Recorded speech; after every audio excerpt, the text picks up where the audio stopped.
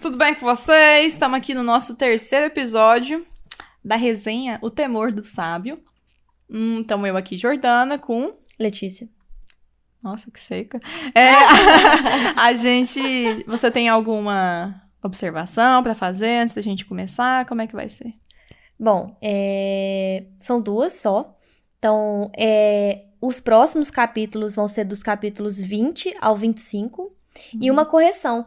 No episódio que eu disse que daquele site de teorias, tor.com, eu falei que existia um escritor chamado Jo Walton. E não é um escritor, é uma escritora chamada Jo Walton. Então ela é mulher. Eu adorei. Girl Power! Acho que eu cuspi no microfone. Era só isso, eu achei que era importante falar. Mas é só isso de recados hoje. Hoje eu tô muito sucinta. Tá, talvez eu esteja em uma leve empolgação patológica, hipomania, mas a gente vai tentar não ser muito prolixo. Hoje a gente tá na presença ilustre de Dorinha. Vou até colocar uma fotinha dela no Twitter, pra vocês verem ela querendo lamber o microfone. Eu não esqueci de falar, hoje vai ser do capítulo 11 ao capítulo 19, então vamos aos capítulos, certo? Capítulo 11... Refúgio, que a gente vai ver que tanto vai ser uma menção ao refúgio, ao aluadouro, ao hospício da faculdade, da universidade, como também ao refúgio que é o subterrâneo, né? Um refúgio de realmente se manter a salvo. Então tá certo. Estamos lá com o coach no telhado do Magno, tocando há cerca de 1 hora, sem a Auri ainda aparecer. Até que num dado momento, chega a Auri, toda felizinha da vida, e o coach fala, olha, eu esperei por 2 pedras, na terceira eu não esperaria mais. E aí, a Letícia vai falar sobre o diálogo deles, que ela tem melhor, né, capacidade e paciência. Porque aí o Quoth, ele leva presentes pra Auri, né? Eles sempre trocam presentes nos telhados do Magno. Então, o Quoth tinha levado uma cerveja, uma broa e um peixe. Um salmão. E a cerveja, inclusive, era a cerveja de Bredon. E a Auri levou uma vela contendo sonhos felizes. O segundo presente era um beijo na testa. E o terceiro presente era proteção pra ele no refúgio. Um refúgio pra ele no subterrâneo. Proteção no refúgio. Caso ele precisasse. Então, vamos com calma. A gente já conversou de que o livro ele tem que ser lido sempre com muita sapiência, assim. Então, E eu resolvi revisar os presentes que a Auri já deu para o Quoth. E foi um achado muito interessante. Então, eu vou relembrar com vocês o primeiro presente que estava no nome do vento. É o seguinte diálogo. Uma chave, disse orgulhosa, empurrando-a para mim. Aceitei-a. Tinha um peso agradável na minha mão. É muito bonita. O que ela abre? A lua, respondeu Auri com uma expressão grave. Caramba. O segundo presente da Auri foi o seguinte. Vai ganhar uma moeda em vez dela. Com o braço estendido, entregou a moeda presa entre o indicador e o polegar. Ela o manterá em segurança à noite, quer dizer, tanto quanto alguma coisa é capaz de fazê-lo. O terceiro presente é o seguinte. Eu lhe trouxe um anel. Era de madeira lisa e morna. O que ele faz? Perguntei. Guarda segredos. Cara, será que esse é um dos anéis? E o quarto presente de Auri é a vela. Então ele fala assim, ela guarda sonhos felizes. Eu os coloquei aí para você. Revirei a vela nas mãos enquanto se formava uma suspeita. Você mesma a fez? Ela meneou a cabeça e deu um sorriso delicado. Fiz. Eu sou incrivelmente esperta. E não acaba aí. Vela, moeda e chave tá num trecho do Nome do Vento, Jordana. Vou ler pra você. Deixa só o meu Kindle abrir. Quando o acordou, o grande Taborlin descobriu-se trancado numa torre alta. Tinham levado sua espada e tirado suas ferramentas, chave, moeda e vela. Tudo se fora. Cara, se a gente pensar a chave da lua, a chave do aladouro, será? Não faço nem uma Ai, ideia. meu Deus, isso vai ficar pro capítulo, pro episódio das Apesar hipóteses. sim. Apesar que ainda tem muito temor do Safo pra rolar, né, Sim, Jordana? mas... Mas assim, caramba, é um dos... inclusive o Wesley, que é um uma das pessoas que mais ajuda a gente, participa, ele já tinha feito esse paralelo entre o Quoth e o Taborlin. E realmente, agora eu tô relendo de novo o Nome do Vento, eles têm paralelos, sim. E tanto é que tem um trecho da historinha que o Cobb estava contando do Grande Taborlin, que fala o seguinte: quando chegou ao solo, ele apalpou o lado em que o haviam esfaqueado e viu que mal havia um arranhão. E é engraçado porque o Colt também, quando ele se machuca, ele também não se machuca tão gravemente quanto a coisa seria numa pessoa, parece. Essa sensação, já notaram isso no Colt. Não, o Patrick ativamente já escreveu que peculiar, assim, não com muito destaque, mas, tipo assim, bem discreto, tipo, que peculiar. O Colt, ele poderia ter se machucado mais com esse machucado aqui, entendeu? Então, tipo assim, agora eu tô começando a fazer paralelos também. E eu acho que caramba. a Áurea é muito sabida e ela não tá presenteando, provavelmente, à toa. O que não fecha é o anel de madeira. E aí... eu acho que são cenas para os próximos capítulos pra gente entender. Será que são um daqueles 5 anéis que ele tem? Porque tem Pode monte ser. de anel em cada dedo. Pode ser depois, demais, né? Pode ser, com certeza. São uns que são físicos, parece, e outros que são invisíveis. Exatamente.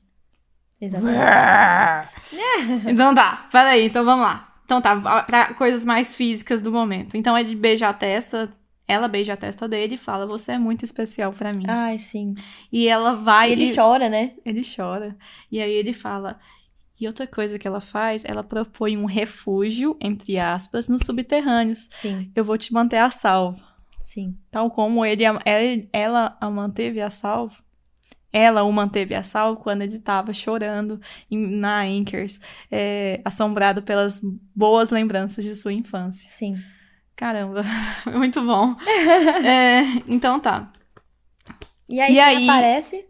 O terceiro indivíduo aparece. Elodie. Terceiro passageiro. Sim. Chega no caso agora, só pra ambientar vocês, apareceu a outra cachorrinha. A gente nunca apresentou ela pra você, mas é a Frida. Ela já apareceu diversas vezes latindo, na verdade, ao fundo. É verdade. Depois um dia eu vou tirar a foto da Frida. A Frida é igualmente linda. Ainda mais com essa uma boa ator. Enfim, vamos focar aqui, senão vai demorar 2 horas esse episódio, que a gente tá no primeiro capítulo. Aí chega o terceiro indivíduo nesse telhado, que é Elodie. Sim. Todos se olham um pouco tensos, um pouco assustados, e ele andando no telhado do Magnum como se fosse a coisa mais normal do mundo em plena madrugada.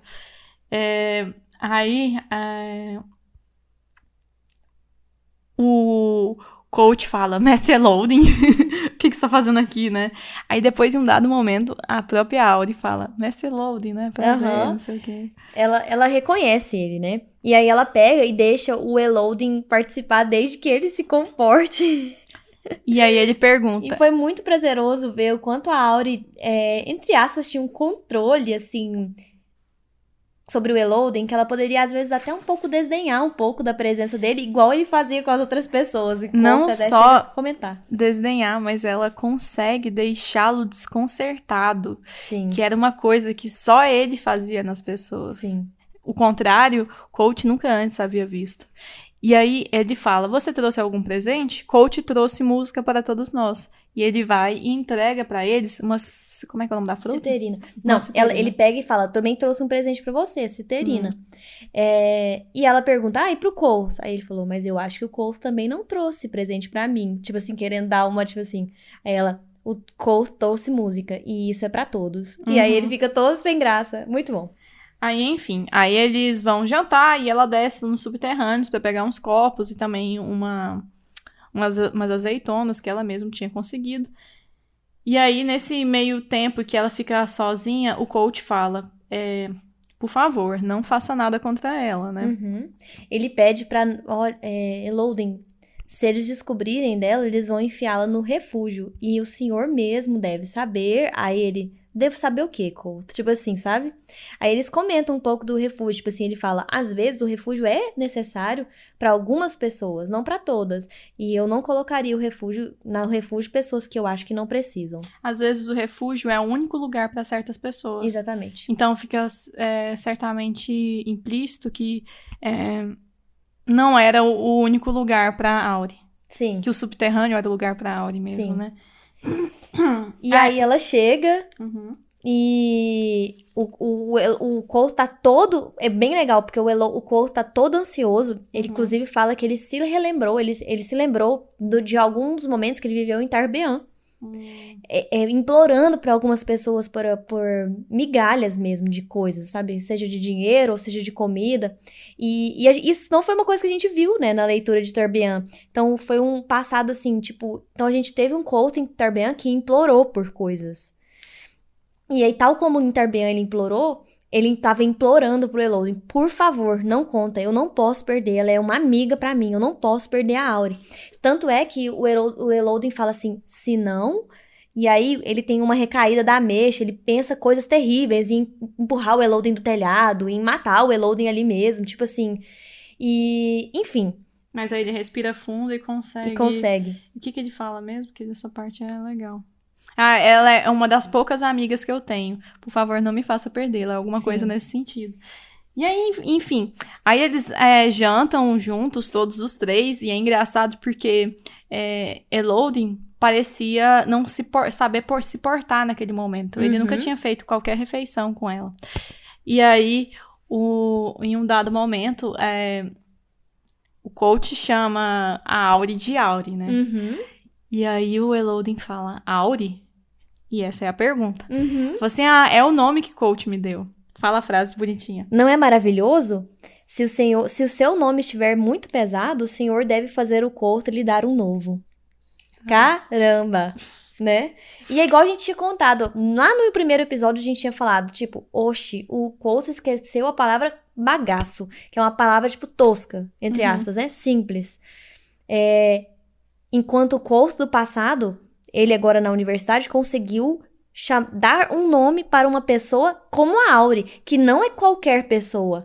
A Auri foi uma pessoa que evitou o Elodin por anos.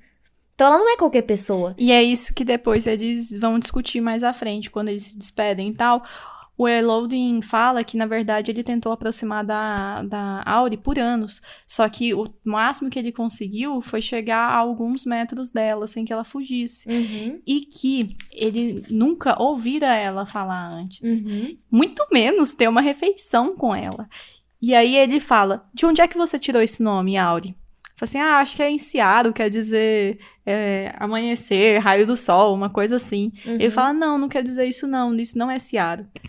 E aí fica aquele silêncio. Cara, o que a gente acha, quer dizer, o que eu acho, é que realmente o coach, ele consegue nomear um nome, assim, adormecido mesmo. Um conhecimento que ele não sabe de onde, ele conseguiu nomeá-la mesmo, sabe? Sim. Alguma coisa que muito lembra a nomeação de coisas. Sim. E foi impressionado por isso que Elodin o convida para participar da cadeira da cadeira que ele agora ia lecionar, né? E aí o coach fica animado, tipo, não sei o quê, né? E aí ele fala assim, agora eu quero que você leia tal livro no arquivo. Princípios subjacentes de Tecan. Aí ele fala, mas é porque eu ainda tô bonito. Eu falei, o quê? O Lauren ainda não te liberou, né? Aí, de repente, eles começam a pular uns telhados e eles batem numa janela e simplesmente emerge Lauren, perdão. Da janela. Impassível. Exatamente. Tipo, como se andar de madrugada pelo telhado fosse a coisa mais comum do mundo. Exatamente. Boa noite, né? Não sei o quê. E aí, ele exige que coach saia do seu banimento. Ele fala assim, então, eu tinha a pretensão de liberá-lo depois de 1 ano e 1 dia. Muito genial, né? Eu falo assim, você é tão tradicional. Pode deixar comigo. Eu garanto, se ele sair da linha, né? Se ele cometer mais algum crime, alguma... Como é que fala? Se ele fazer gracinhas de novo, eu deixo você cortar os polegares dele. Sim, aí o Lauren fala, não, então tá livre. Pode voltar a ter acesso ao arquivo. E o coach ficou super ansioso, porque o coach, ele comete Poxa, infrações os o tempo polegares todo. dele, que pra quem é músico, né? Não só pra quem é músico, mas os polegares são as coisas mais humanas que a gente tem, né? Os Sim, polegares não, mas acho que é opositores. porque ele é músico mesmo. Ah, é? Sim, porque ele é músico. E tanto é que muitas vezes o Colt se preocupa com a mão por conta disso. Verdade. O que você ia falar? Aí depois, no dia seguinte, ele foi lá se matricular na cadeira. Introdução a não ser um asno imbecil. Asno dasno? Pois Fica aí sim. a reflexão. Será que a não ser um asno imbecil seria uma cutucada ao No Ambrose? E eu queria falar, relembrar, naquela hora, que tem uma fala muito importante que a gente não pode deixar batido, que é a hora que ele tá no telhado pedindo pro Elodin, jura que você não vai fazer isso. Aí ele fala, eu juro pelo leite da minha mãe, juro pela lua eternamente móvel, juro pelo meu nome e pelo meu poder. Então foi um juramento bem interessante, né? Não foi qualquer juramento. E eu acho que é isso, é só isso mesmo que eu queria falar. Ok. Aí, capítulo 12, a mente adormecida. Então tá, chega lá o Coulson, né? De manhã. Todo empolgadinho, todo né? empolgado, mas pra próxima aula, assim, pra aula que vai ter no dia, né, do Elodin. Exatamente. Aí primeiro ele passa na oficiaria pra fazer lá os seus rendimentos, vai chegando perto de Manet, que Manet sabia o que tava vendendo ali, o que tava melhor vendendo, tinha melhor saída. Só que antes dele começar qualquer projeto, Kilvin o chama. E aí ele vai até lá e ele o questiona se ele estava fazendo alguma coisa de errado, né? Porque uma jovem foi procurar por ele, falando que um feiticeiro, um mago ruivo tivera vendido um amuleto para ela. Uhum. E aí, eu odeio a Letícia, porque a Letícia sabe quem é essa mulher. Só que ela não me conta. Mas assim, o que eu suspeitei nesse momento é que tinha sido a nobre que Ambrose pagara para envenená-lo. E que ela estava tentando pregar peças mesmo, o Ambrose estava tentando pregar peças e querendo dar uma má reputação para ele. E eu acho que, inclusive, foi o que Colt pensou. Não, mas foi o que eu falei pra Jordana. Quando eu li esse livro, eu tava lendo mais com pressa justamente pro podcast, né? Pra eu ter uma noção Sim, geral. geral de que você... na sua frente, E eu também não reparei que era ela. Mas você sabe quem é. No fundo, você já passou o olho nela. E, por exemplo... Qual foi a única pessoa que o Colt deu alguma coisa? A Dena. E o que ele já deu pra Dena? Umas ervinhas pra gastrite, pra asma dela. Foi um bom pensamento. Verdade. Alguma outra coisa que você pensa que foi tipo um amuleto? Algo que... Puta que Trebon! A menininha! A criancinha! O que foi mesmo que ele deu? Eu acho que ele deu uma escama. Foi muito real isso agora. Não foi tipo um amuleto mesmo. Foi tipo uma coisinha. Caramba! Ai, meu Deus! Nossa Senhora! Ai, nossa, peraí. Peraí, deixa eu me recompor. É a criancinha que viu a cerâmica. Tem hora que eu acho que eu sou muito boazinha com você, Jordana. Mas sim, não tem nada não. Isso não vai fazer mal. Eu gostei de você ter lembrado. Foi muito bom ver sua cara. Aí, enfim, ele falou que não sabia, que provavelmente devia ser... Ele riu do que? O quê? Vender amuleto? Eu nem sei se existe esse trem. Ele foi, pois é, não existe. Então isso aí é conduta, tipo, completamente errada pra alguém que é do arcano. E aí eles conversam, aí ele acaba, tipo assim, falando, Kilvin, não faz sentido isso. O Kilvin meio que acredita. Sim. E aí fica por isso mesmo. E aí, vai ter depois a aula do Elodin. Eu acho muito estranho esse nome. Tem 7 alunos, gente. 7 alunos. Tal como o Chandriano. Esse 7 é uma coisa muito... Tipo... A Jordana tá ficando o tipo de leitora, que é um bom tipo de leitora, que é super obcecada, tipo assim... Meu Deus, apareceu uma vírgula aqui diferente. Significa Chandriano. Tipo, uma coisa bem ali aleatória. Leitora obsessiva. Gosto, obcecada. Assim. É obcecada. E aí... Nossa, eu tô vendo que esse episódio vai ficar um pouco grande. Desculpa, gente. Aí, Elodin chega atrasado na própria aula e fala quais são as leis de suas aulas. Letícia, discorra sobre elas. Vocês devem fazer o que eu mandar. Devem fazê-lo da melhor maneira possível, mesmo que não entendam as razões. Têm que acreditar em mim quando eu lhes disser certas coisas, mesmo que não sejam verdadeiras, até eu mandar que pare. E aí... E aí a gente fica na reflexão, Sim. assim. Isso, Porque isso lembra muito o alar. simpatia, o alar, que é aquela questão de você fazer o objeto acreditar que ele precisa fazer aquilo, ou que, por exemplo, que Uma coisa tá conectada à vinho outra. parece o sangue, igual a gente vai ver. Então, é uma conexão do tipo, estou fazendo com que você acredite plenamente. Então, eu não sei o que o Elodin tá fazendo. Real, não sei nem se existe esse tipo de simpatia com pessoas, sabe? Deve ter, né? Mas assim, não sei se é tão subconsciente, assim, tipo, simpatia com o subconsciente da pessoa. Enfim, não sei. Mas, assim, muito doido pensar que ele é um... Escreve-se, essas leis estão escritas muito parecidas com as leis da simpatia. Qual que são as próximas? Não, são essas as leis mesmo. São? Aham, são. Aí outra coisa que eu achei interessante é que ele fala, e ele tava muito tenso falando essas leis. Muito tenso. O que eu pensei, por que ele estaria tão tenso? Ou ele estaria muito tenso porque ele sabe que essas são as leis realmente para nomeação, e são as leis, inclusive, que podem fazer as pessoas endoidecer, tal como seu guildeiro. Ou ele tá sendo... E, inclusive, ele fala isso sabendo, por exemplo, que tem coisas que ele não vai conseguir responder e tem coisas que ele não vai conseguir salvar aquelas pessoas. Então... por exemplo, é um carro desgovernado, às vezes. Sim. Pra conseguir nomear, tem que ser meio que tem que tirar o motorista do carro, só que às vezes isso pode implicar em um acidente. Nossa, genial! Jordana, caramba. Ou outra coisa que eu pensei é que ele tá sendo extremamente irônico e quer que alguém o contradiga. E porque ele, inclusive, ele fala pro coach diversas vezes. Eu não vou te salvar, eu não vou te mostrar o caminho correto. Exatamente. Assim. Eu não vou não vai ser eu que vou te ensinar, basicamente, né? E aí, ele começa a falar sobre a nomeação. Ele fala, os nossos nomes nos moldam e moldamos o nosso nome. Até o nome mais simples é tão complexo que a mente de vocês não conseguiria nem começar a sentir seus limites, muito menos a compreendê-lo bastante para proferi-lo. E aí ele explica, então como que é possível a gente nomear? Aí ele fala, existe... não, eu acho que ele fala o exercício do seixo, né? Que tipo assim, se vocês começarem a contemplar o seixo, o peso, o jeito, a forma, a lisura dele, como que ele é, como que ele se comporta em tais estados, talvez dentro de um mês vocês começariam a perceber como ele é.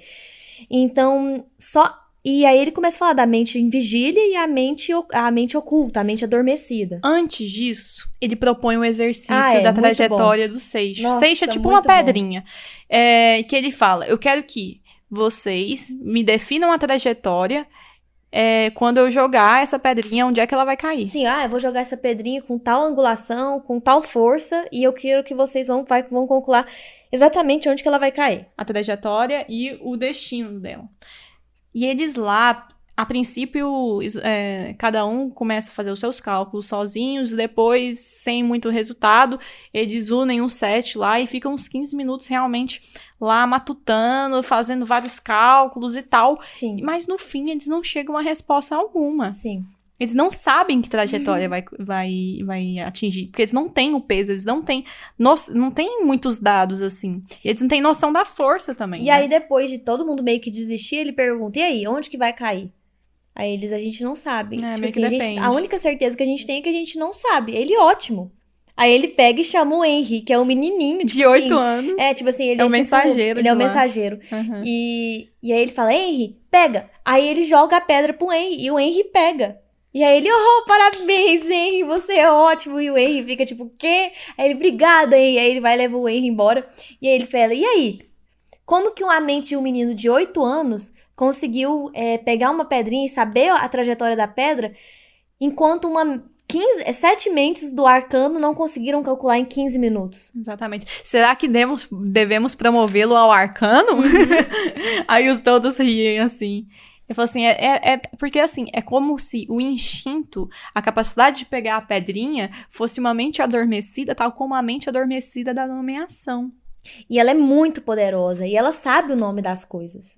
Então, é dela que vem a nomeação, e não da mente em vigília. Exatamente. E E aí ele fala, tal como, por exemplo, a Feyla conseguiu chamar o nome da pedra, e a Inissa soube chamar o nome do ferro, e o Colt soube chamar o nome do vento, que inclusive, pelos escritos antigos, é o jeito mais tradicional que as pessoas, os arcanistas antigamente, começavam a nomear. E aí ele fala, olha, eu quero que vocês pensem no seguinte exercício. Pensem em um nome simples de algo que vocês gostariam de saber o nome. E aí... Ele começa a escrever loucamente 20 títulos, numa caligrafia muito bonita, na verdade. Sim, eu consigo imaginar essa cena. De livros a serem lidos no arquivo. Eles não estavam no Tomos, ele tinha se certificado disso. Aí eles perguntam, qual que é o livro que é mais importante que a gente deve ler? Ele falou, não sei, não os li. O que me faz pensar que às vezes ele esteja mentindo. Não sei, eu tenho a sensação de que às vezes ele tá mentindo. Nada Apesar que os textos, quando a gente vai ver eles nesse capítulo próximo agora, os textos é tipo impostos de fulano, uma medicina super desatualizada, umas coisas bem estranhas assim, né? Enfim, aí começa o capítulo 13, a caçada. Então vai começar realmente a caçada desses títulos, desses livros, né? Desses 20 livros. E aí, Colt vai lá, pela primeira vez agora, em séculos, até o arquivo de maneira legal, né? Sim. E vai acompanhado do Willem, primeiro para causar uma boa impressão e também porque ele tava com um pouco de medo de alguma coisa ruim acontecer. E aí ele tava até com medo de entrar lá, com medo de se deparar com o Ambrose. E o Willem fala, calma, não é o dia de trabalho do Ambrose, vamos lá, vamos ficar tranquilo mesmo. Aí, e eles entram lá dentro, tem Feyla na recepção, pra checar se o nome dele tava liberado nos registros. E aí tem o nome lá certinho dele mesmo, só que tem escrito em uma caligrafia diferente, na frente do nome dele, escrito Bastardo Rue. Sim. O que a gente acha que pode ter sido o Ambrose mesmo. Mas pensando agora, do jeito que o Elodin é doido, pode ter sido também o Elodin. Nem sei, não sei. E Mas... aí, ele tá super nervoso, anota, tipo assim, e a Feyla fala, seja bem-vindo ao arquivo, sendo que a Feyla, a Sabichona, já sabia que ele estava no arquivo há muito tempo, Exatamente. Inclusive ela tinha orientado ele em algumas coisas das Nossa senhora. Categorizações. Catalogações. Meu que eu queria Deus. falar. Meu Deus do céu, que vergonha. A gente não sabe nem o nome do bagaço, mas... E aí foi muito legal, porque aí ele entra com o Will, eles encontram o Simon numa salinha lá que eles tinham costume lá, o Will E falou. o Sim é escriba, né? Não, o Willem é o escriba, o Sim não é escriba. Eu tenho certeza disso. Jordana já tá querendo... Oh, meu Deus. Não vamos nos alongar nisso, mas Sim. enfim. Aí, foi muito legal, porque ele fala assim, aqui tem livros... Aí eles têm aquelas matutações que ele já tinha tido com a Feyla sobre as catalogações. E que é muito interessante. Gente, Jordana, você já parou pra pensar que isso é coisa do Patrick? De colocar uma parte de uma realidade do tipo... Não existe... Essa biblioteca ela é tão complexa, ela é tão humana, ela é tão real, que cada mestre mestre do arquivo, o arquivista Moore, que pisou naquele arquivo, tentou colocar-se como mais importante, isso é muito humano. E aí isso embarulhou totalmente o trabalho dos escribas. E aí ele vai contar das categorias diferentes lá, dos catálogos diferentes que tinha. Catalogações. E aí foi muito legal, porque ele fala o seguinte, argilas que sobreviveram ao incêndio de Caluptena. E aí, como eu já tinha visto esse nome antes, eu fui pesquisar. E aí o Colt falava o seguinte, que os Edenaru já contavam histórias antes do incêndio da Caluptena. Que legal! Sim. E aí eu fiquei me perguntando se Caluptena é uma biblioteca ou não é uma biblioteca. O que seria? Não faço nem ideia do que Ou às seria. vezes um reino também, Sim. né? Não sei. Enfim, aí... Eles começam a procurar os livros, né? E aí eles começam a...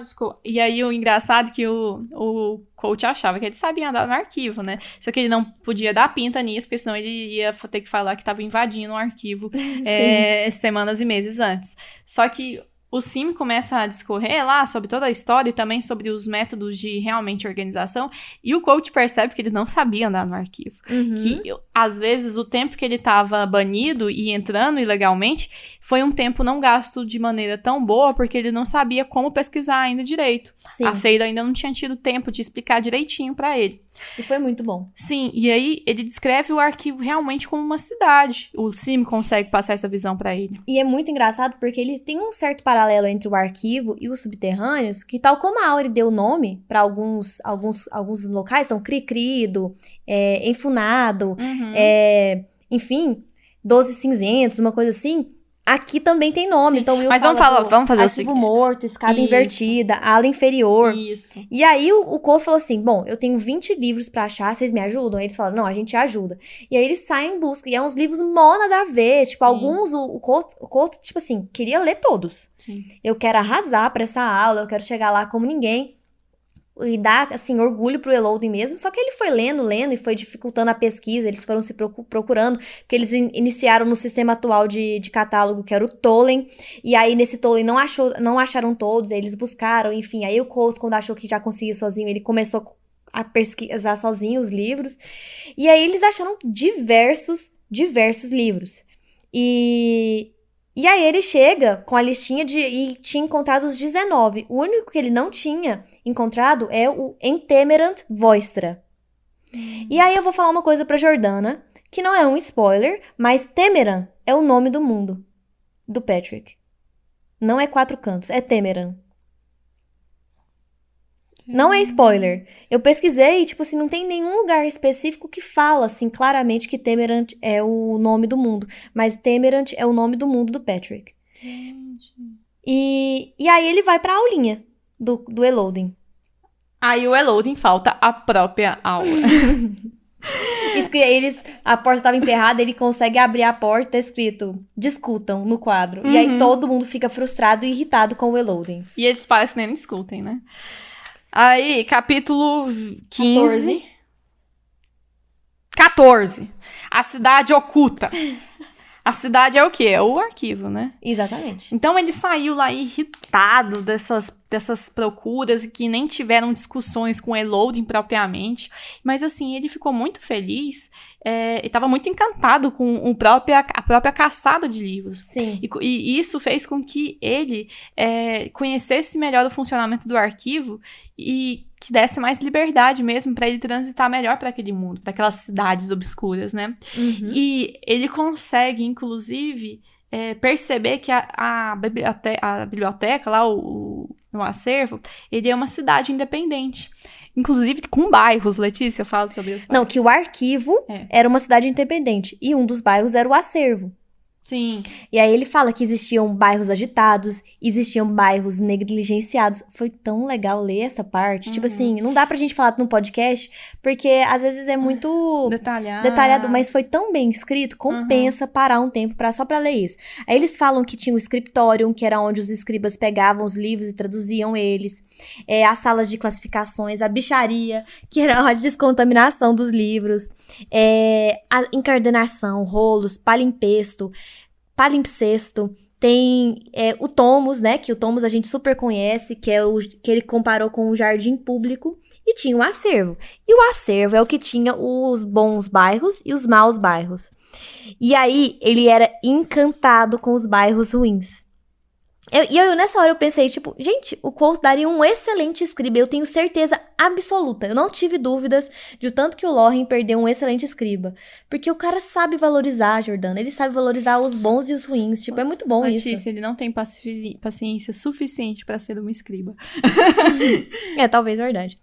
E aí, ele encontra alguns, justamente nesses bairros ruins de pouca catalogação, que ele encontra,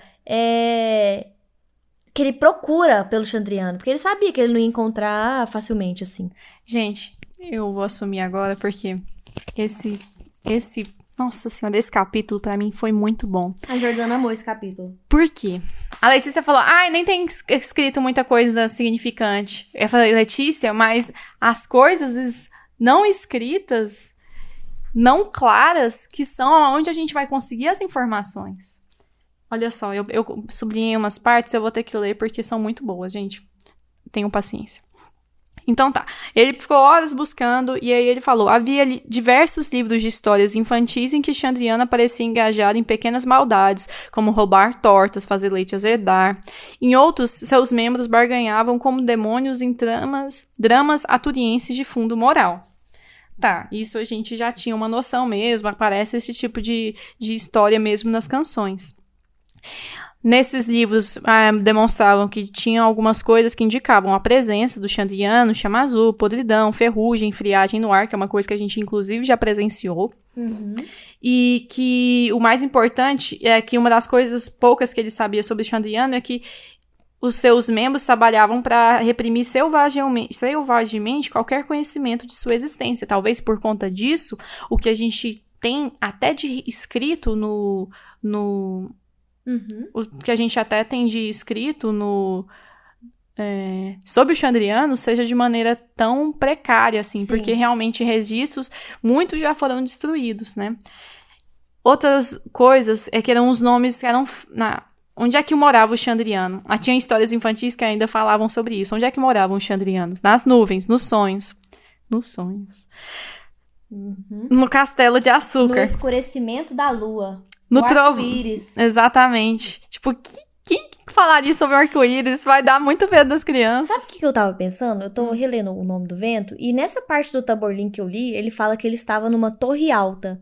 E eu fiquei pensando se é só mero preciosismo ou se realmente tem alguma relação de algum castelo ou torre com o Xandriano. Eu fiquei pensando, porque justamente na história que o Cobb tava contando, quem tinha capturado o Taborlin era o Xandriano. Então eu fiquei pensando assim. Mas é bem peculiar. Sonhos, nuvens, escurecimento da lua. Tudo a ver com sinais, tipo assim, da terra mesmo, né? Enfim, sinais naturais.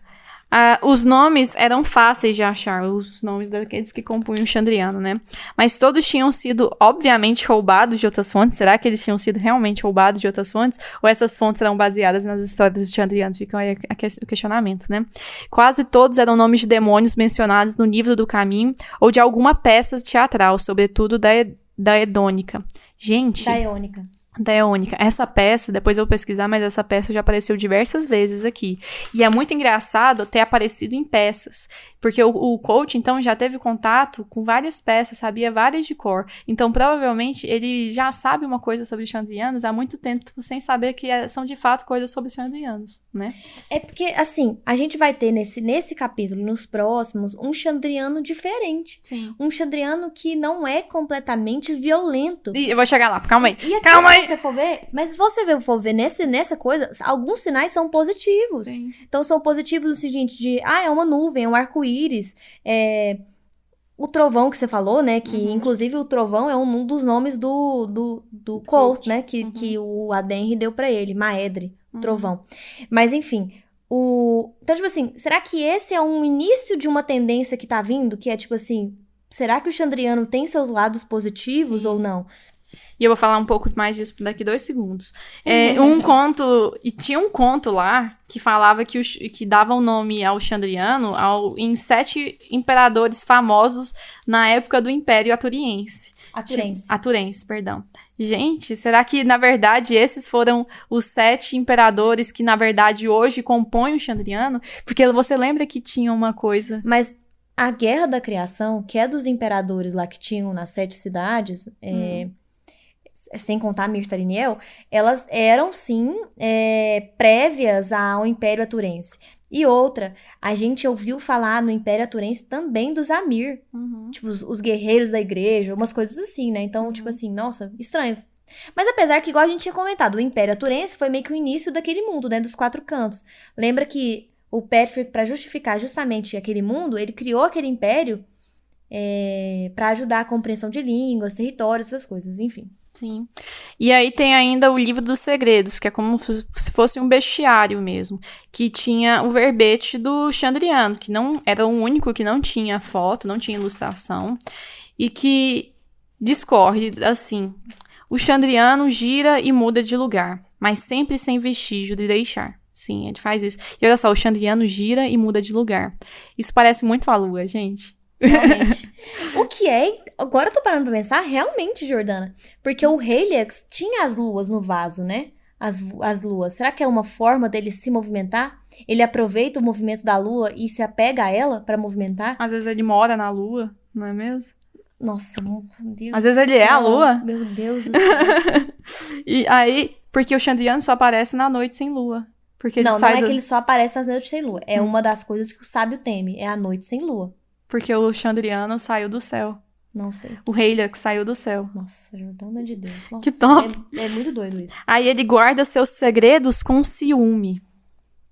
Tal como uma relação passional. Você tem que lembrar que uma das coisas que gerou, na verdade, a fundação do Chandriano foi uma relação de um casal, né? Que a menina morreu. Era o Lanri e a Lyra.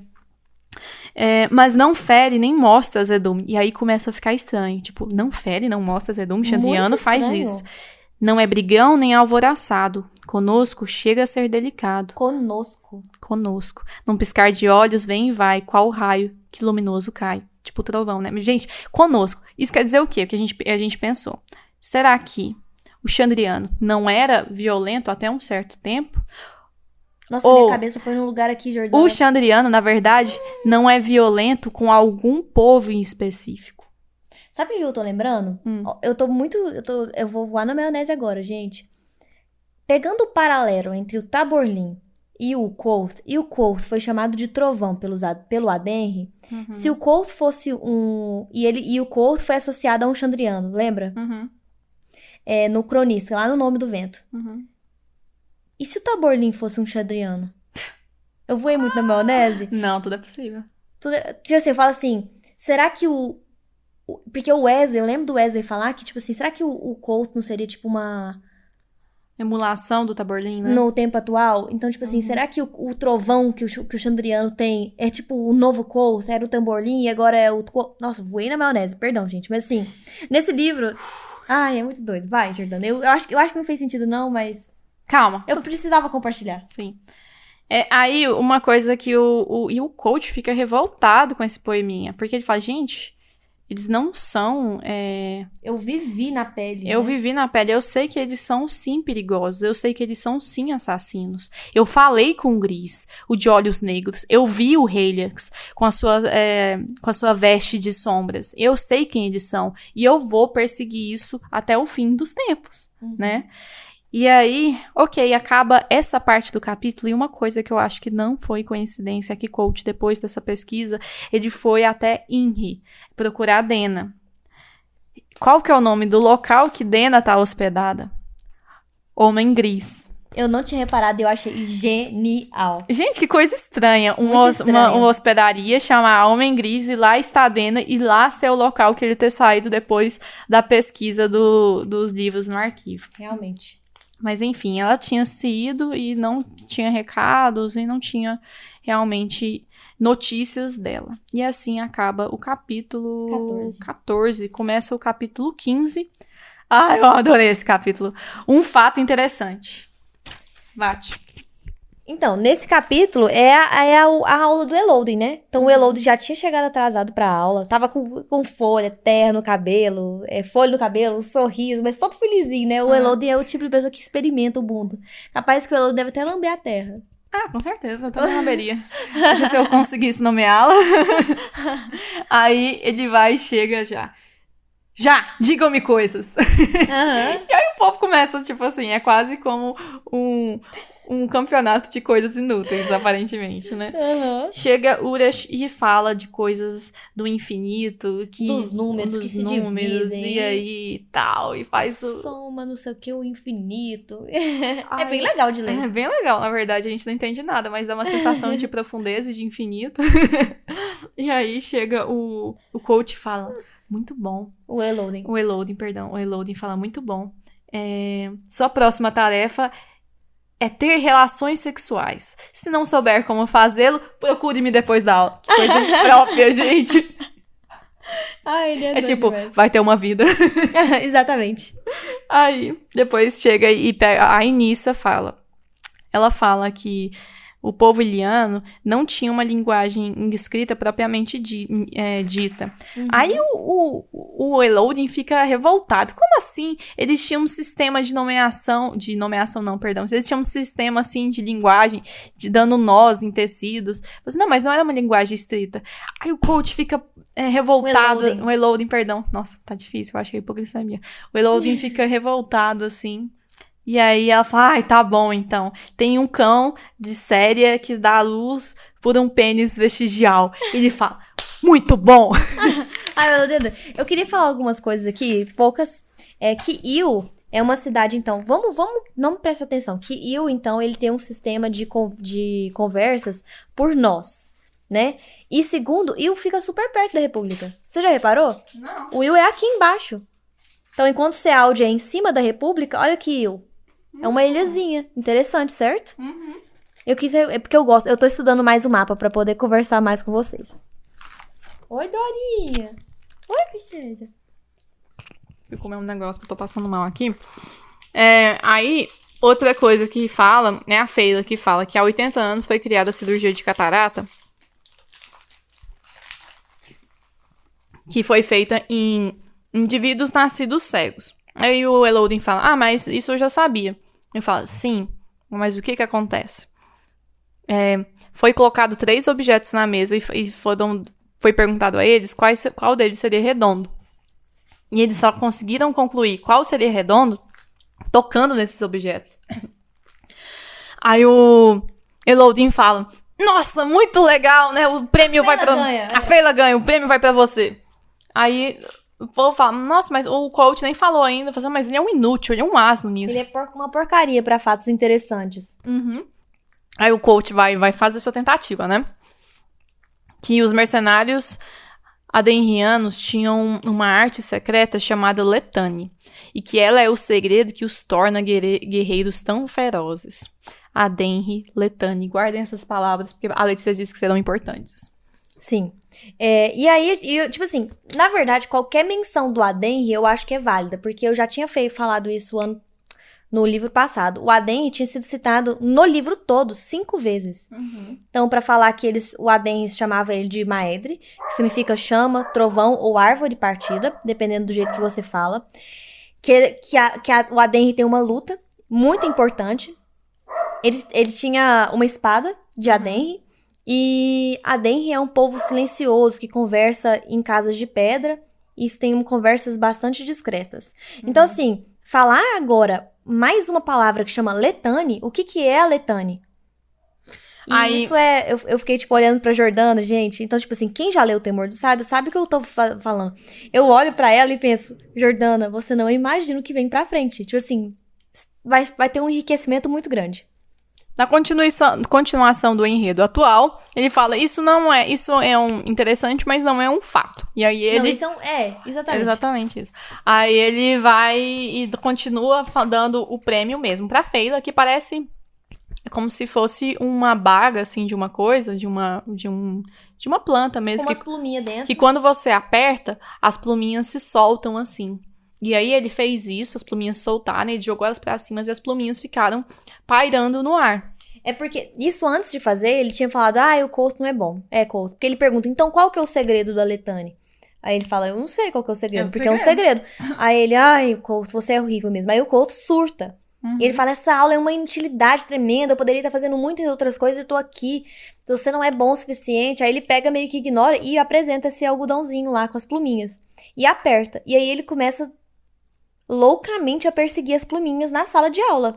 E ele passa minutos, os alunos vendo o Elodin correndo. Sobe em cadeira, sobe em mesa, pula e... Tenta correr atrás das plumas mesmo. Uhum. E aí até chega um momento que ele cai, bate o joelho sangra, ele começa a xingar e um monte de línguas, inclusive línguas desconhecidas. E aí...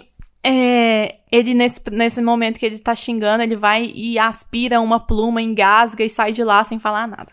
A Letícia falou, o Elodin ser no Elodin doido. Eu digo outra coisa, meus amigos. Eu falei que era um paralelo com o Couto. Exatamente, mas o que eu acho que é o paralelo com o Couto? O Couto, ele tenta, às vezes, correr atrás desse conhecimento, ele tenta saber a nomeação e corre muito atrás desse conhecimento, tenta muito aprender esse conhecimento, mas parece que quanto mais ele corre atrás, mais isso foge dele, que nem as pluminhas mesmo. E ele pode até se machucar, né? E ele até se machuca. Inclusive, é quando ele se machuca de verdade, é quando ele entra em contato com seus sentimentos de verdade, com a raiva, no caso, que a raiva de ter se machucado, que ele consegue apreender a nomeação. Foi só quando o Elodin tá no chão, praguejando porque ele tá com o joelho machucado, que ele, na verdade, aspira e engasga com aquela pluminha. Por quê? Quando você corre atrás da pluma, gera uma corrente de vento e você não consegue alcançá-la. Quando você fica quieto e aspira, que na verdade você consegue entrar em contato com aquele conhecimento, entrar em contato com aquela pluminha. Eu já acho que a Jordana voou muito na maionese. Acho que é. Eu acredito que a pluminha aspirada é mais uma consequência negativa da excessiva perseguição. Do tipo assim, entendeu? Não, ele parou de perseguir, só quando ele parou de perseguir Muito que ele pelo aspira. contrário, ele saiu todo revoltado mesmo assim. Ele engasga, tipo, começa a tossir loucamente, como se ele tivesse, tipo assim, realmente passado mal. Mas exatamente por isso, às vezes, por conseguir depois nomear, Não, Jordana. Não, vamos tem continuar. consequências ruins. E aí acaba a Eu aula. achei genial minha interpretação. E aí o Colt vai Cadê fazer a as comida? coisinhas dele. Então vai pro Anchor. Do Anchor ele vai pra Iátrica. Eu achei muito legal, porque ele é tipo um interno da medicina. Observando os elfes a fazer diagnósticos e tratamentos na Iátrica. E o Inri... e ele vai pra Inri procurar a Dena. E aí ele passa em várias pousadas, porque ele não tinha achado ela no Homem Gris. E vai depois pra Eólica, e ele acaba encontrando com o Tripe e conversando com ele. E na saída da Eólica, ele escuta a risada da Dena. E automaticamente ele já fica feliz e alegre. E quando percebe, Dena está acompanhada. E Dena está acompanhada de Ambrose. E assim acaba o capítulo. O Colt, ele é meio chicoteado, inclusive, ali por um carroceiro, uma coisa assim. E aí começa o capítulo 16. Um medo não dito. Então tá. Um medo não dito aqui a gente interpreta, quer dizer, eu interpretei com um medo não dito de tá Dena e Ambrose juntos. E também o do medo não dito propriamente do Chandriano, que é uma coisa que ele vai fazer. Então Que tá. as pessoas têm medo, mas não falam sobre ele, né? Uhum. Então tá. Então, agora com esse humor sombrio, ele se afunda no arquivo. Ele se afunda e quer só realmente esquecer aquela dor de provavelmente estar perdendo a Dena na cabeça dele. E ele quer agora se afundar na pesquisa do Chandriano. E ele percebe que ele consegue identificar, nessas pesquisas, um compêndio exótico de crenças populares. Fala aí. Que era um livro que falava sobre essa cultura mais mítica, assim, Culturas populares, na verdade. Sim, né? mas assim, relacionados com criaturas. Então, eles falam dos encantados, ele fala da Feluriana, eles falam no livro das damas cinzentas, dos cavaleiros brancos. Será que os cavaleiros brancos não são Cites, né? Porque eles são os cavaleiros brancos que a gente sabe. Os trapentos, que a gente tinha visto na festa lá da estação, da colheita. Os lacerados, os duendes, os Draugr. E eles falam. E aí fala do Chandriano. E aí ele repara, nesse livro, o autor escreve: o povo não conta a história do Chandriano. E aí ele fala que tem um relato que se você fala deles, eles vêm buscá-lo. E aí fala de outras pistas, como a chama azul, o vinho avinagrado, cegueira, lavouras que murcham, tempestades fora da estação, abortos e escurecimento do sol. Uhum. Foi isso. Então, o capítulo chama isso mesmo, o medo não dito, porque ele se enclausurou lá no arquivo. E ele foi encontrado justamente por livros de Chandriano, livros que continham informações pouquíssimo relevantes do Chandriano, justamente porque é um tema que envolve muito medo. E ele ficou um tanto frustrado, porque falou, em mais de 100 horas de pesquisa, aquilo era o que mais estava falando, o que mais falava claramente sobre o Chandriano, e isso me deixou um pouco decepcionado, assim. Enfim, aí meio que 17. Isso acaba, né? Acaba o capítulo 16, começa o 17, que é um interlúdio, papéis. Então a gente volta realmente no contexto da hospedaria Marco do Percurso. Então é engraçado porque nesse momento a gente começa a ver o coach dando ordens de atuação para baixo. Ai, muito bom. E para baixo e pro cronista. Fala assim, olha, o Colby tá chegando, então vocês vão fazer o seguinte: você, cronista, vai parecer cansado porque não tá entediado porque tá preso aqui, não tem o seu cavalo, e você, e aí o baixo empolgado, qual vai ser meu papel, como eu posso atuar? Aí o baixo fala, você ou tenta parar de rir, ou se você não conseguir parar de rir, conta tal caso lá, que aquele caso é bom, ele vai fazer todo mundo rir mesmo. E aí, esse é um capítulo muito denso assim, porque chega... A Letícia, na verdade, vai saber falar melhor sobre ele, vai. Chega Cobb, e Cobb, ele não tinha ido por livre e espontânea vontade, né? Ele tinha sido buscado, a pedido do Graham, por um menininho. Aí esse menino levou ele pra hospedaria do Colt. E aí chegam os outros 4, que são o Graham, o Jake, o Carter e o Aaron. E ele fala, olha, Cobb, a gente trouxe você aqui porque o Carter e o Aaron, eles não vão estar aqui pro enterro do Shep. E então a gente resolveu, então, despedirmos nós 5 juntos do Shep de uma maneira que a gente... exatamente, agora. Porque o Cobb tava super estressado. Gente, ele me tirou do dia da colheita, super importante, eu devia estar trabalhando. Aí o Cobb super aceita. Sim. E pede, Colt, tem como você trazer então pra gente a bebida que ele mais gostava? E aí o Colt vai e leva. E aí tem a despedida. E é tão bonita. O Cobb fala o seguinte, eu vou ler algumas partes, são poucas. Vamos todos tomar um trago juntos, para nos despedirmos dele direito. Isso é o que importa. O que vai acontecer na igreja à noite é só uma discurseira de sacerdote. Nós sabemos dizer adeus melhor do que isso. E aí ele fala o seguinte, ele era mais valente do que todos nós. Foi o primeiro a enfiar a faca naquele sujeito ontem de noite. Se o desgraçado fosse normal em algum sentido, aquilo teria acabado com a história. A voz de Cobb tremeu um pouco, e por um instante ele pareceu pequeno e cansado, exatamente tão velho quanto era. Mas não foi o que aconteceu. Hoje em dia não é bom ser corajoso, mas ele era corajoso assim mesmo. Eu queria ter tido coragem e estar morto no lugar dele, para ele estar em casa agora, beijando a sua jovem esposa. E aí depois deles terem brindado, o Colt se voluntaria para brindar junto com eles. Ele pega inclusive um whisky caro e propõe esse brinde. Inclusive, o Aaron, ele até sugere, tipo assim, não, vamos brindar o nome do rei. Aí o Colt, sério, fala, não. E erguendo o copo, fala, há velhos amigos que mereciam mais do que receberam. E foi o que eu falei pra Jordana. Jordana, essa frase abre perguntas inúmeras. Que amigos que o Colt acha que não receberam, que tiveram menos do que receberam? De que mereciam mais do que receberam. Será que alguma coisa aconteceu com a Auri, com o Will, com a Dena, com o Sim? Fica uma questão de meio que medo, pelo menos da minha parte. Sim, tem um passado realmente pesaroso que não é sobre só chip que ele está falando, né? É o passado mesmo de coach que ele quis, que a gente tem um contato assim mesmo, né? Implícito. Ok, capítulo 18, vinho e sangue. A gente volta então pro passado, né? Em que tá os 4 na eólica. Os 4 não, os 3, né? Will, Sim e o Colt estão na eólica do lado de uma lareira. E aí, de repente, aparece Dena com uma garrafa de vinho. E é engraçado que aqui tem um eco do capítulo anterior.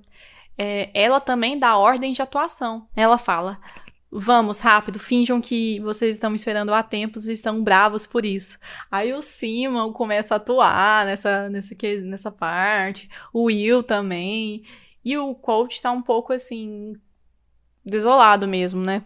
Pelos últimos acontecimentos e pelos acontecimentos que estavam acontecendo na sua cabeça também, por imaginar um romance entre os dois, né? E aí, na verdade, era um rapaz céutico, meio calvo, assim, que tava meio que infernizando a Dena e ela queria despistá-lo.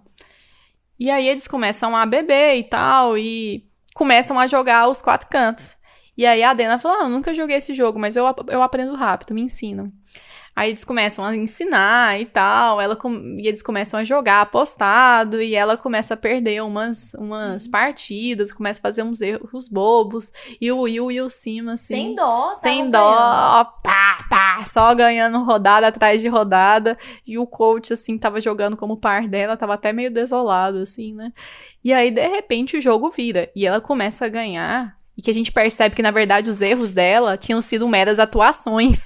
Tipo assim, num momento ela erra de propósito e o Colt cai a ficha dele que ela tava encenando desde o começo. Aí ela pega e fala, ora, façam-me o favor, vocês deviam ficar contentes por eu só lhe dar um tapinha na mão em vez de dar uma profunda surra de uma noite inteira que vocês mereciam.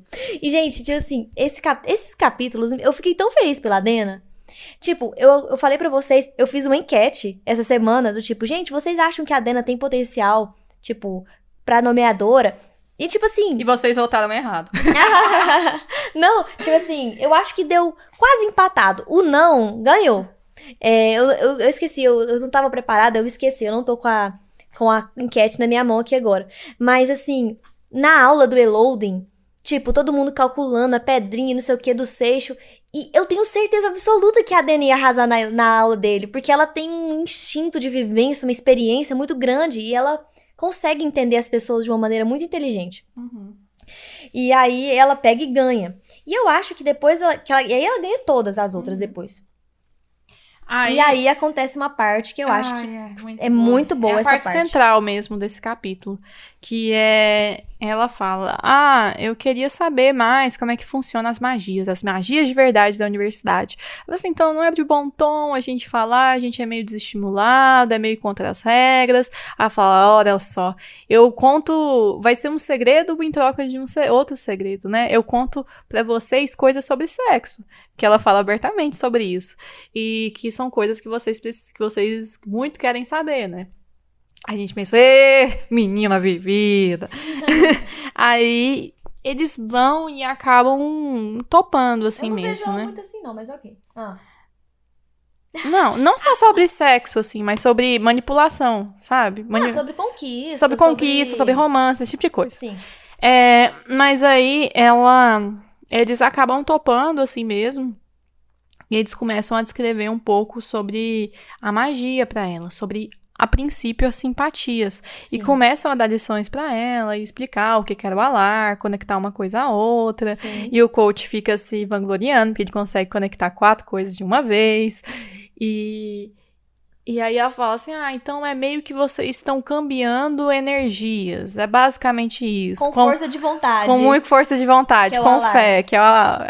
E eles falam, mais ou menos isso. Ela fica meio decepcionada, assim, ela consegue entender, inclusive, a lógica muito bem, dá a sensação de que ela já consegue fazer uma conexão ali agora, né? E aí, ela fala, mas e quais outros tipos de magia que tem na universidade? Ela fala assim, então existe como é que é o nome daquela magia que inclusive o coach foi envenenado por ela? A alquimia. Tem a alquimia também. E aí, Letícia, lê essa frase, porque essa frase foi muito boa, da pergunta dela. Sim. Ela fala o seguinte, e se alguém... E ela pergunta, e ela fala assim, gente, mas é só isso. E aí ela faz uma pergunta. E se alguém lhe dissesse conhecer um tipo de mágica que faz mais do que isso? Uma magia em que uma pessoa meio que escreve coisas e tudo que ela escreve se torna verdade. Baixou os olhos nervosa com os dedos fazendo desenhos no tampo da mesa. E aí, se alguém visse o escrito, mesmo que não soubesse lê-lo, aquilo se tornaria verdade para ele. A pessoa pensaria uma certa coisa ou agiria de certa maneira, dependendo do que dissesse o escrito. E aí, tipo assim, eu tava falando pra Jordana, o quanto, já que o Patrick falou, já que existiam outras magias no mundo. E a gente fica em dúvida e ao mesmo tempo fica com medo pra Dena. Sim, aí a gente começa a levantar. Gente, se essa escrita de dominação e manipulação realmente das pessoas e até mesmo dos fatos existe, será que Dena, ela fez essa pergunta porque ela entrou em contato com ela? Será que ela já passou por isso? Será que ela já fez isso? Será que isso tem relação, por exemplo, com o que aconteceu com o mestre Freixo naquele casamento? Será que ela foi vítima disso ou então viu isso acontecendo? Ou será que isso ela já passou e fez parte da formação do personagem dela? Isso fez parte do passado dela? Muito interessante. Isso será que é por isso que ela está sozinha? Aconteceu alguma coisa assim no seu passado? A gente não sabe realmente. Mas é uma teoria excelente pensar que... Porque o meu medo, quando eu li isso, era que a Dena estava sofrendo aquilo nesse momento. E às vezes pode ter sido alguma coisa realmente do passado dela. Talvez tenha sido a causa da morte dos pais. Eu amei essa teoria. Eu amei. O que eu sinto que sim, pode ser que sim, mas eu sinto que a possibilidade de ter acontecido isso no casamento com o mestre Freixo, que ele pode ter induzido ela, assim, de alguma forma, Caramba! eu acho que também pode ser bem possível. Nossa. Nossa, imagina ela matando todo mundo. Caramba, oxe, mulher. Pesado, né? Enfim, e aí todo mundo fala, não, isso não existe, isso é magia que não existe. Todos meio que falam que... Na universidade a gente nunca viu isso tá e parecendo tal. mais história de conto infantil e tal, né? Que entra super naquela coisa que eu falei do livro do Taleb, de que a gente valoriza muito aquilo que a gente conhece e ignora aquilo que a gente não conhece. Exatamente. Então, às vezes, eles só estão ignorando alguma coisa que eles não conhecem. Eles estão na bolha de conhecimentos que- de magia deles, só que eles acham que aquela magia que eles conhecem é toda a magia que existe. E Então, ponto. tipo, exatamente, essa é toda a certeza que basta. Então, tipo assim, às vezes, justamente a pergunta dela era o que moveria uma pessoa, sei lá, diferente a procurar justamente se isso é verdade, se o negativo seria verdade, enfim. Enfim, aí, pra descontrair um pouco, ele falou, ok, então agora chega a sua parte do segredo, né, Dena? Conta a sua parte do segredo. Então tá certo. Tem duas moças ali que estão interessadas em vocês. Uma que gosta de um ser áudico, que gosta de se concentrar em ser bonito, que ele tinha dito isso há umas falas atrás. E outra que gosta parece que tá afim de você, Simon. Aí falou assim, não, a gente já tinha percebido, assim, a gente já tinha dado uma olhada nela, só que ela tá acompanhada de um rapaz modegano, né? De um nobre modegano. Aí a Dena diz... Não, mas esse nobre modegano já deu pistas evidentes de que está mais interessado em um rapaz ruivo. Eu adorei. Aí ela falou assim, o quê? Como assim? E como é que você pretende, então, tirar esse nobre modegano do nosso caminho, né? Pra fazer com que essas jovens fiquem livres pra gente. Aí a Dena fala... Eu posso pedir ajuda pro Deok pra ajudar a gente nisso. Assim, como assim o Deok? Enfim, conversa vai, conversa vem. Aparentemente, o Deok e o Stantion são um casal. E são um casal bissexual, né? A gente tem essa sensação. Não sei. Porque eles se interagem com homens e com mulheres. Aí Principalmente o Deok, né? Que já tinha gostado da Dena. Sim, principalmente o Deok. Mas assim, eles estão juntos naquele negócio não como como amigos, mas como companheiros mesmo. Como um casal meio aberto, pelo que eu entendi. Mas foi isso.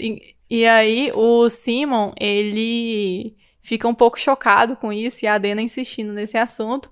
Aí o coach puxa a Dena pelo braço e fala...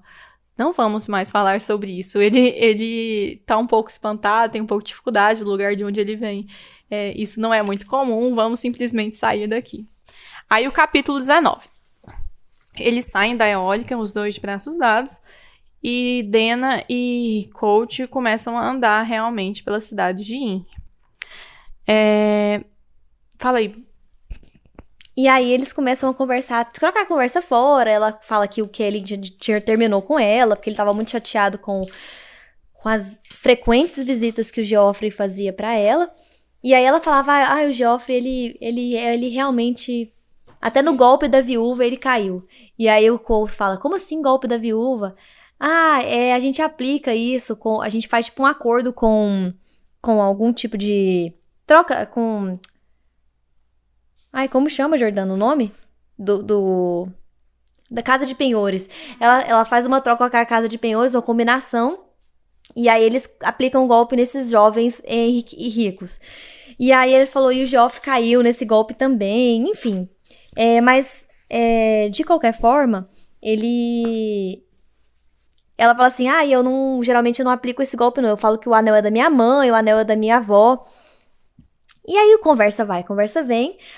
O Cole repara que a Dena tá com um movimento muito diferente na mão, um movimento repetitivo. E aí, ele descobre que ela tá sem o anel dela. E aí, ela fala que, bom, eu tava com um menino há uns 3 noites atrás e no começo foi tudo bem, mas depois foi degringolando muito pra ruim, pra baixo. E ele é muito bruto, ele é muito grosso e ele tá com o meu anel. Ele pegou meu anel pra consertar, ele tava com uma coisa frouxa. E ele falou, é o Ambrose. E A Jordana vendo eu resumir o capítulo. Eu não sou boa pra resumir Que mesmo. escolha e ruim de palavras, Letícia. Aí ele viu que ela tava sem o anel lá e tal, e falou assim, tava com... O anel tava meio largo, assim, tava com alguma coisa estragada, e o Ambrose se propôs ainda na primeira noite a arrumar, só que a nossa relação ficou muito mais tensa, assim, ele ficou cada vez mais inadequado, mais bruto, e aí agora eu sumi dele e ele provavelmente não vai me devolver o anel. Aí o coach falou, não, mas eu sou menos cavalheiro do que sou ladrão, então eu posso resolver isso. E na verdade ele não fala, Ele não fala, ele pensa porque isso. ela já tinha elogiado ele na noite, falando que ele era, você é tão cavalheiro, porque ele oferece a capa dele, não sei se você lembra. Lembro. E aí ele pensa com ela, e ela mal sabia que eu realmente dissera a verdade. Eu era menos cavalheiro e mais ladrão. Exatamente. E aí acaba o capítulo. E aí é isso, gente. Desculpa, a gente cansou no final, porque a gente tá perto da hora do almoço e a gente tá com fome. Eu comi 2 barrinhas de castanha, que provavelmente tem juntas umas 500 calorias. Eu tô muito pesarosa em relação a isso. É isso, gente. Então, não esqueçam, capítulos 20 ao 25 na próxima semana. E é isso. Fiquem com o Pelu! Tchau, gente. Boa semana e até daqui 2 semanas.